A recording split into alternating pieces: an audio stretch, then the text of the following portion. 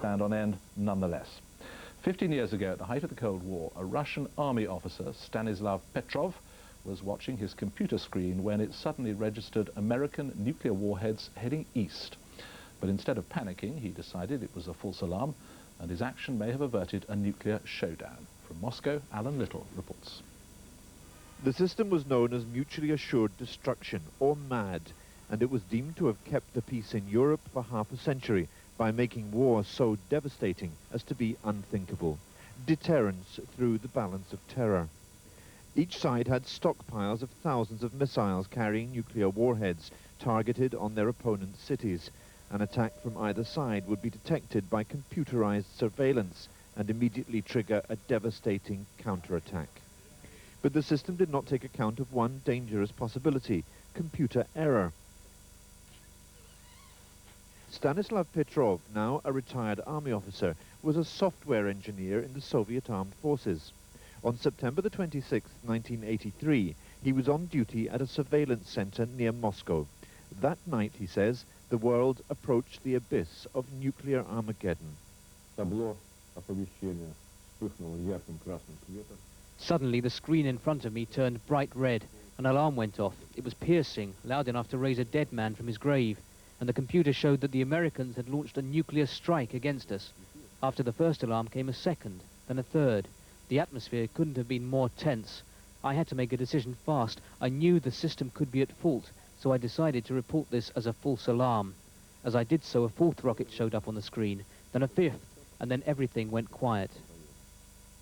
Stanislav's orders were that he should pass the information up the chain of command to the General Secretary of the Communist Party, at that time Yuri Andropov. Stanislav's duty was to begin the process that only minutes later would have launched a massive nuclear retaliation by the Soviet Union. Intuitively, he knew the alert to be a computer error. He decided to disobey procedure. That single split-second decision broke him. He had been a promising young army officer, several times decorated and quickly promoted.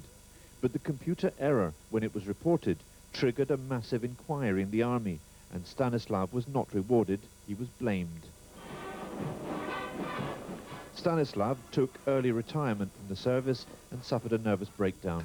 His courage and quick-wittedness prevented disaster, but cost him his health, his job, and his peace of mind. Alan Little, BBC News, Moscow. If you're a driver who's ever been given a parking ticket, praying for the traffic warden who's just dished it out is unlikely to be the first thing on your mind. But now a church in Edinburgh is urging its congregation to forgive those who trespass against them by offering their monthly prayers to the warden, for the wardens, I should say, who local people call Blue Meanies. They call them the Blue Meanies, Edinburgh's newly appointed private traffic wardens. They're only doing their job, but drivers never see it that way. In fact, the wardens of Edinburgh are so despised, a church congregation has decided to pray for them. They're referred to as the Yellow Peril or Blue Meanies. So I think at this time when they seem to be having such a bad press, that this bit of positive affirmation has gone down well. And if they see this as a thanksgiving for the work that they do and a bit of positive feedback, then that pleases us very much. Worshippers have prayed for other unpopular groups, but this time they've chosen a tough one. It's one thing to argue for forgiveness and understanding for traffic wardens in the tranquil surroundings of a church, but everyone would find it hard to put into practice. Most of us just hate the frustration and financial cost of getting a ticket. On the streets, the £40 penalties are piling up. But is the forgiveness message working through? I have to admit, I hate them. I got towed away recently, and it was only because I had parked on a single halo out of time. They're just a necessary nuisance, I suppose. Yeah, I could see them fair enough. If I got a ticket, yeah, I'd be stamping my foot on the ground. The private firm who employ the new wardens say they hope one day the drivers of Edinburgh will learn to turn the other cheek. Colin Blaine, BBC News, Edinburgh.